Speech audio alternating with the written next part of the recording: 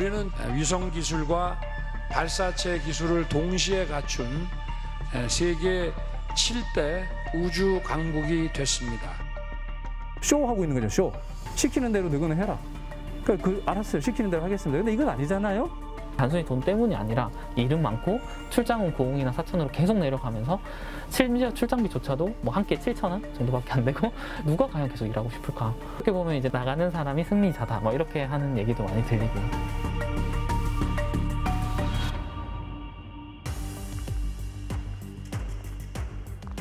지난 8월 5일 달을 향해 먼 여정을 떠난 대한민국 최초의 달 궤도선 다누리호가 성공적으로 발사됐습니다. 다누리호 발사 성공으로 대한민국은 이제 세계 7번째 우주 강국이 됐고 오랜 시간 혼신의 힘을 다해 노력해온 연구자들에게 아낌없는 박수를 보냈습니다. 하지만 이들은 성공의 기쁨을 누리기도 전에 한국항공우주연구원을 상대로 소송을 내고 눈물의 기자회견을 열어야 했습니다. 과연 대한민국 우주연구 싱크탱크인 항우연 연구원들에게 무슨 일이 있었던 것인지 이럴수 이슈에서 들어봤습니다. 2, 1, 0, ignition, and liftoff. 2022년 8월 5일 다누리호가 달을 향해 힘차게 날아갑니다. 국내 첫 달 탐사선이 성공적으로 궤도에 진입하는 순간입니다. 세계 7대 우주 강국이 됐습니다. 정부는 누리호와 다누리호 연구자들을 영웅이라 치하했습니다. 쇼하고 있는 거죠, 쇼. 시키는 대로 너희는 해라. 그러니까 알았어요, 시키는 대로 하겠습니다. 근데 이건 아니잖아요? 처우 개선이 필요하다. 근데 처우 개선이 보너스나 훈장을 달라고 하는 게 아니라 지금 문제가 있는 지점을 고쳐주시면 된다. 다누리호 발사 한 달 후 연구자들은 연구수당을 받지 못했다며 억울함을 호소하고 나섰습니다. 그동안 겪었던 우여곡절들이 떠오르며 가슴속에 응어리진 무거운 마음은 좀처럼 사라지지 않습니다. 대한민국 달 탐사선을 성공시킨 주역들, 이들에게 무슨 일이 있었던 걸까요?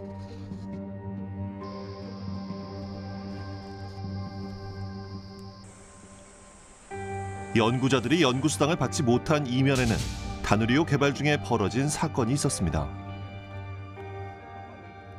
달 탐사 같은 큰 사업들은 이 설계도 여러 단계를 거치는데 그 마지막 단계인 상세 설계 단계가 있습니다. 그게 이제 다가오게 되었을 때가 2018년인데 중량 문제가 발생을 한 거죠. 그래서 그때 문제가 되어서 현장에서는 벌써 이야기가 나왔고, 물론 이제 사업 책임자부터 해서 그 정부까지 이야기가 됐는데 이제 잘 안 받아들인 거죠. 그래서 이제 국회까지 갔어요, 결국에는. 당초 다누리호는 중량 550kg으로 설계됐습니다. 총 6개의 탑재체를 싣고 달 상공에서 탐사 임무를 수행하는데요. 약 2천억 원 가까이 투입되는 국책 연구 과제입니다.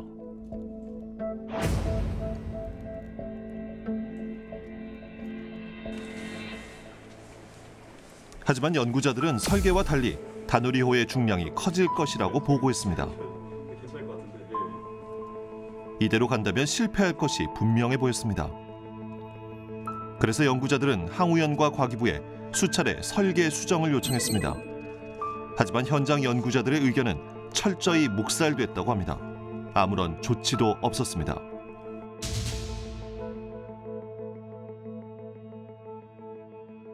(2018년도부터) 중량 문제가 있어서 빨리 설계를 조정하든지 해결할 수 있는 대책을 마련해야 된다라고 하고, 그 방안들 여러 가지 안들이 있는데 그 기술적인 대안들까지도 그 2월 달에 나간 2월 3월에 제출된 보고서에 있었어요. 괜찮다고, 도전적인 연구니까 실패해도 된다고. 아니 위험을 예측하고서 피할 수 있는 방법이 있다고 하는데도 가다가 잃어버려도 된대요. 그런 게 가능합니까? 저는 이해를 못 하겠어요. 그거야말로 국민들에 대한 배임이고 배신이지. 답답한 연구자들은 과기부를 상대로 국회 국정감사를 요청하고 감사원에 감사 청구도 냈습니다.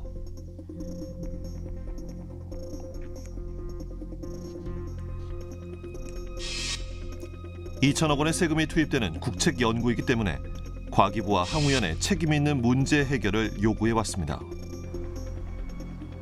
하지만 과기부는 한참 뒤인 2019년 9월에야 사업 변경안을 내놨습니다. 현재 궤도를 유지한 채 사업 기간과 중량 등을 변경한다는 내용입니다. 이마저도 미 항공우주국의 기술적인 문제 제기로 또다시 변경하게 됐습니다.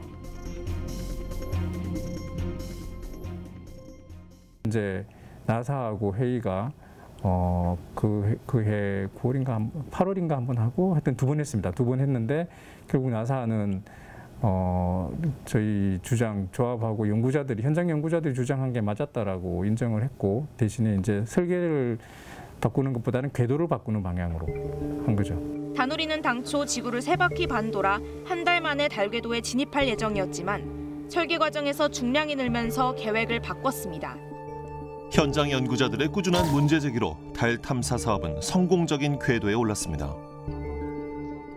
그런데 정작 연구자들은 청천벽력 같은 소식을 들었습니다. 연구 수당이 삭감된 겁니다. 삭감한다 그러니까 이제 내부에서는 그거를 당연히 뭐 그런 줄 알고 받아들이고 그렇게 연구원들의 기본적인 권리를 이렇게 좀 침입적으로 처리를 한 부분이 굉장히 좀 화도 좀 이해도 가지 않고 그렇습니다. 당시 연차 실적 계획서를 보면 간접비와 인건비 수당은 5개월치가 빠진 채 7개월분만 산정됐습니다.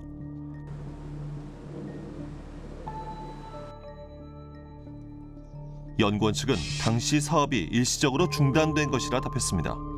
하지만 연구자들의 주장은 다릅니다.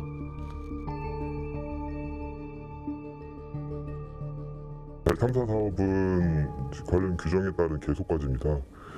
사업이 중단 조치가 내리려면 관련 규정에 따라서 평가에 따른 조치로만 처리가 되게 되는데 그런 규정에 따른 절차들이 진행이 안 됐는데 사후에 연구개발비를 소급해서 삭감하는 거는 규정에 맞지도 않고 절차에도 어긋나는 것 같습니다. 연구자들은 사실상 계속해서 달 탐사 업무를 수행했다고 연구 업무 일지를 보여줬습니다.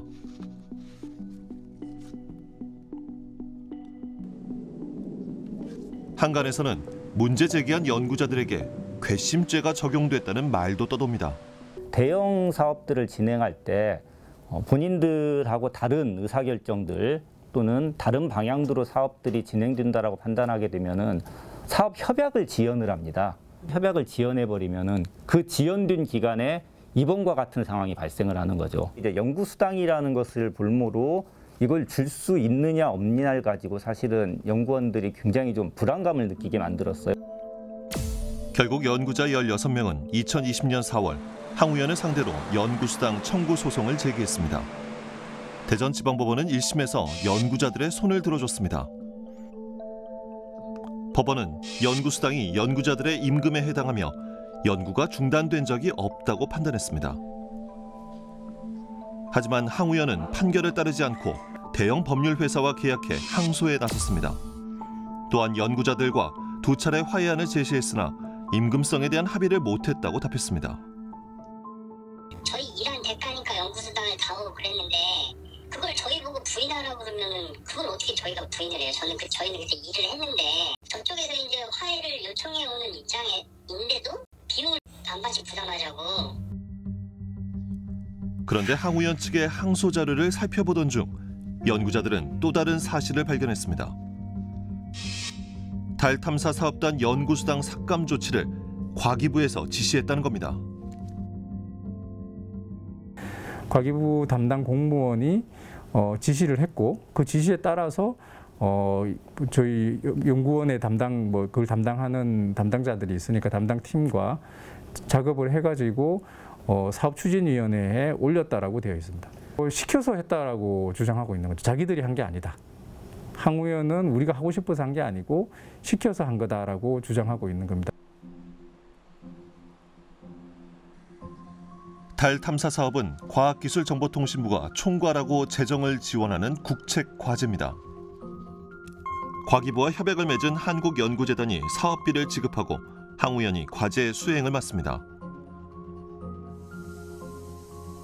때문에 연구자들은 현장의 연구 결과보다 과기부의 통제가 우선인 분위기라고 합니다.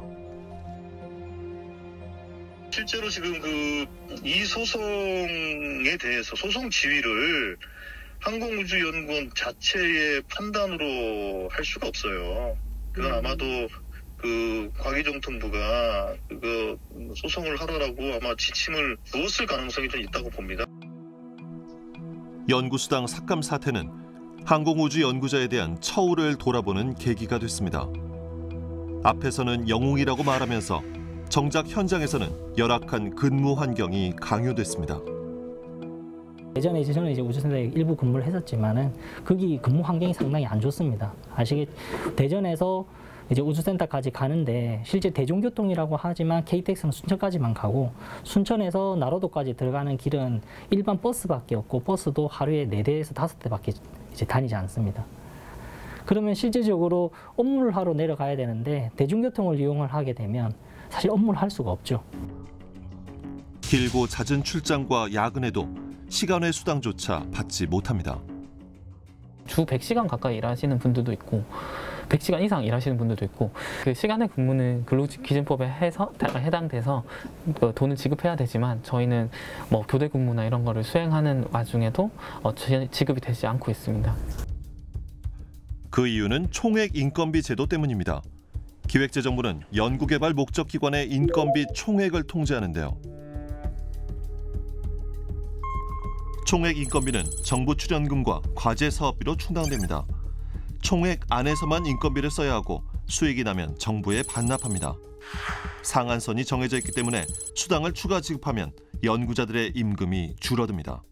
기재부가 좀 과도하고 경직되게 통제를 하고 있기 때문에 유연한 연구 환경 자체를 좀 오히려 방해하는 그래서 연구 환경 자체도 좀 경직화시키는 이제 그런 결론이 나오게 되는 것 같고요. 이것과 관련된 연구 현장의 문제 제기는 계속적으로 좀 왔었고 일부 제동 개선은 있었습니다만 아직 근본적인 문제는 해결되고 있지 않아서 그 문제에 대한 근본적인 대책이 좀 필요할 거라는 생각입니다. 정부는 항우연에 거액의 포상금을 지급하기로 했습니다. 하지만 현장의 연구원들은 포상보다 연구 현장의 개선을 원합니다.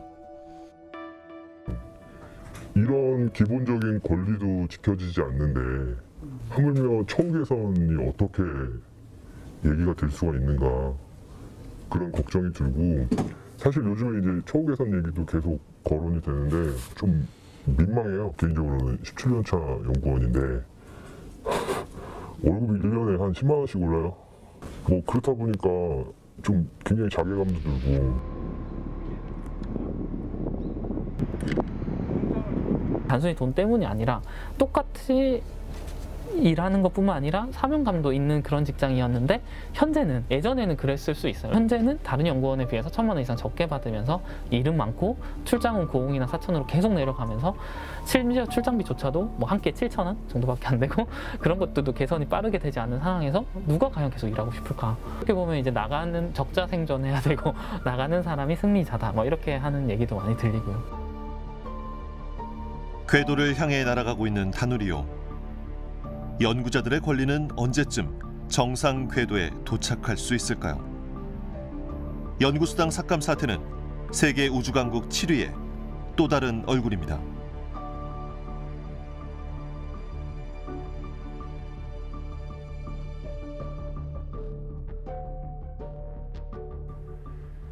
다누리호는 현장 연구자들의 피땀 어린 노력으로 올 12월이면 본 궤도에 안착할 예정입니다. 하지만 여전히 현장 연구자들의 연구 수당과 처우 개선이라는 당연한 권리는 궤도를 찾고 있지 못하고 있습니다. 연구자에 대한 신뢰와 지원도 제 궤도를 찾을 수 있도록 정부와 기관의 책임 있는 해결을 바랍니다.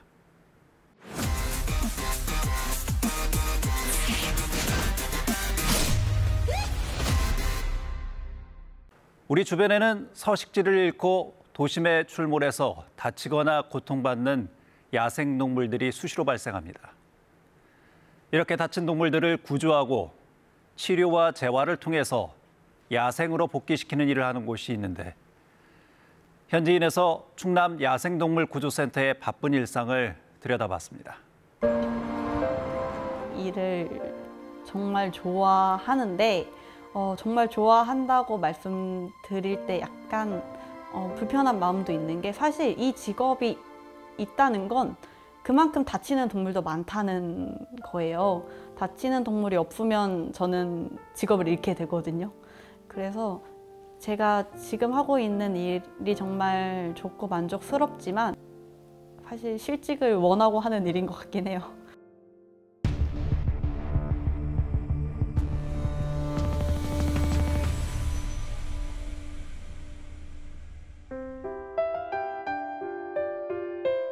독수리인 광주, 흰꼬리 수리인 알비, 그리고 수리부엉이 먹이를 주러 가는데 평생 센터에 있어야 하는 친구들이에요.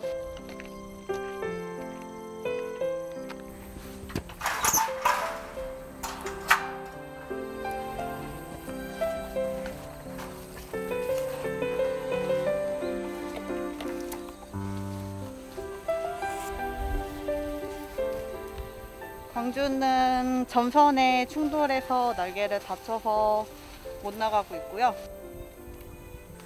알았어, 미안. 여기. 알비는 특이하게 센터에 2번 구조됐는데 첫 번째는 총을 맞고 들어왔어요. 그래서 치료 다 하고 힘들게 방생까지 됐는데 또 총 맞은 걸로 나왔습니다. 근데 2번째 총 맞은 부위가 너무 많이 괴사해서 결국은 적출하고 지금은 저희랑 함께 살아가고 있는 친구입니다.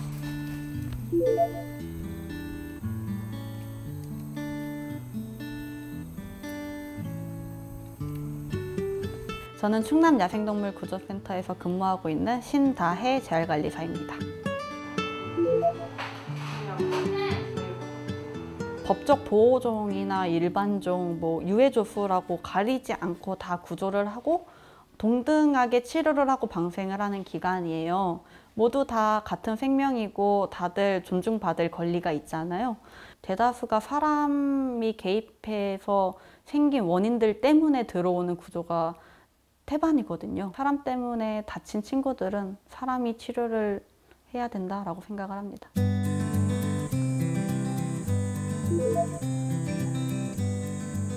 조난당한 야생동물을 구조하는 업무를 담당을 하고 있고요. 수의사 선생님께서 치료를 하고 있는 그 동안의 관리, 그리고 재활이 필요하다면 재활도 하고 있고요. 또 이제 치료가 완료되었다라고 하면은 다시 적합한 장소를 물색해서 방생까지 하고 있습니다. 처음과 끝 그 모든 걸 다 담당하고 있습니다.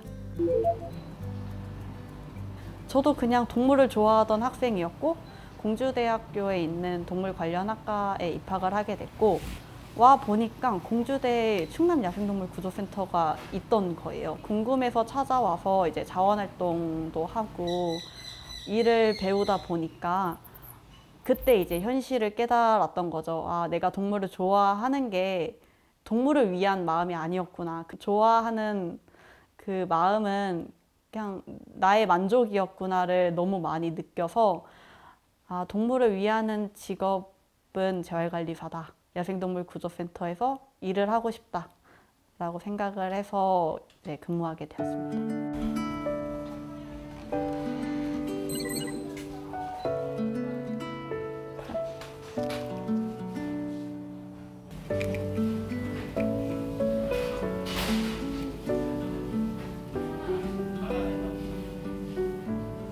이 친구는 유리창 충돌로 구조가 됐고요. 왕관절이라고 해서 사람으로 얘기하면 손목관절이 부러졌거든요. 치료받고 있고요. 지금 약 준 거는 아무래도 통증이 있을 테니까 그 통증을 잡아줄 수 있는 진통제를 줬습니다. 이 센터를 처음 왔을 때가 이제 14년도였어요. 그때는 1000마리가 안 됐거든요, 1년에. 한 800마리 정도 됐는데 지금 8년이 지난 현재는 2000마리가 넘는 걸 봐서는 기술이 발달함에 따라서 야생동물들이 다치는 원인들이 많아지고 그래서 구조되는 게 많다라고 이야기를 드릴 수도 있고요. 아니면 그때에 비해서 지금 동물에 대한 인식이 정말 많이 좋아졌어요. 야생동물 구조센터라는 존재를 알게 되신 분들도 많이 늘어서 구조수가 는 게 아닐까라고 생각을 하고 있습니다.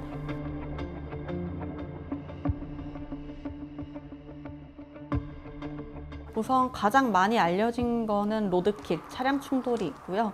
조류의 유리창 충돌로도 구조가 많이 되고요. 기타 인공 구조물에 충돌하는 경우 그물에 걸리거나 혹은 총이나 아니면 불법 역구에 이제 신체 일부가 손상돼서 구조되는 경우도 있고요. 쓰레기로 인해서 구조되는 애들 때문에 좀 많이 느껴져요. 예를 들면 낚시 쓰레기.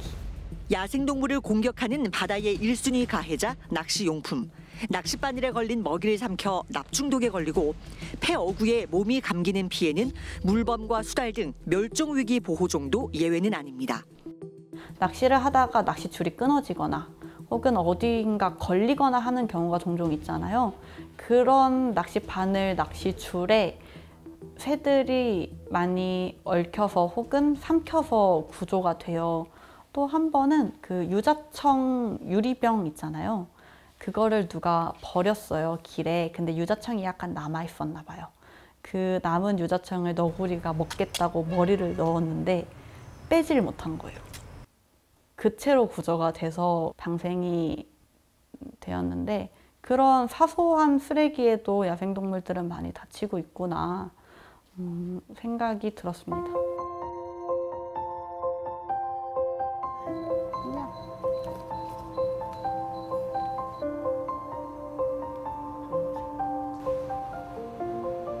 사실 모든 게 미안하죠. 예를 들면 유리창에 충돌한 새가 들어왔어요. 우선 미안하잖아요. 그 유리창을 만든 게 사람이니까. 그리고 저도 유리창을 쓰고 있으니까. 우선 거기서 미안하고 또 치료하고 관리하는 데 있어서 모든 걸 다 완벽하게 해주고 싶어요. 엄청 깨끗하고 먹이 종류도 다양하게 주고 싶고 관리를 정말 잘해주고 싶은데 인력도 안 되고 예산도 안 되니 제가 원하는 만큼 못 해주는 거예요. 또 미안하고. 계속 미안함의 연속입니다.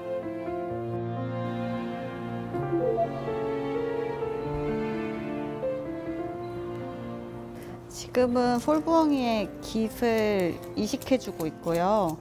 이 친구는 유리창 충돌로 구조가 된 친구인데 저희 센터에서 계류하는 동안에 깃이 너무 많이 상해버렸어요.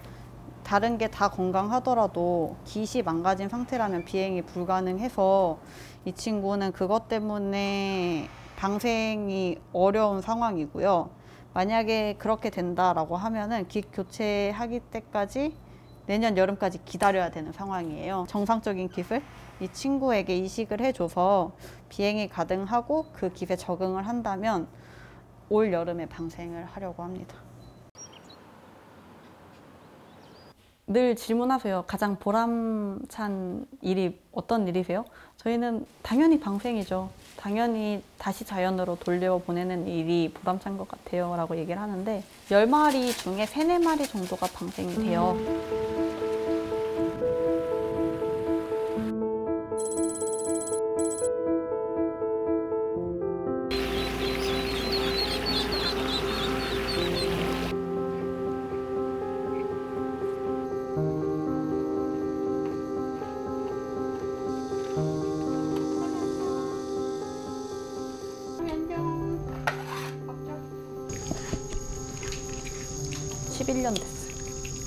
11년째 자연으로 못 돌아가고 있는 짜미라는 친구인데요.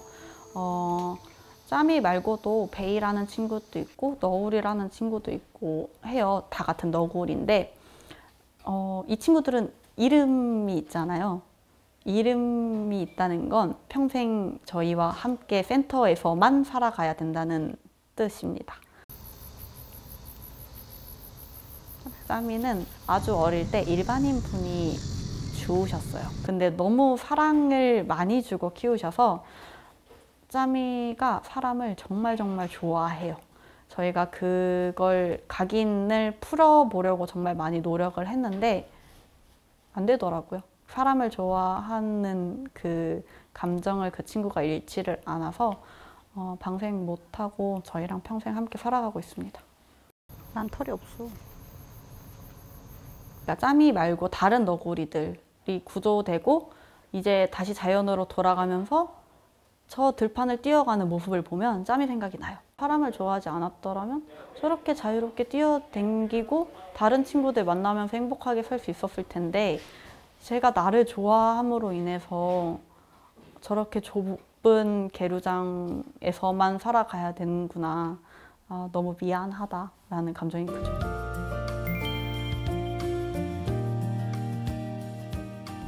우선 야생동물이 우리 주변에 있음을 인지하고 알아주셨으면 해요. 내가 걷던 그 길에 하늘 한 번 더 올려보고 숲을 한 번 더 살펴보면서 아, 저기에도 야생동물들이 살고 있구나, 우리 함께 살아가고 있구나를 우선 알아주셨으면 합니다.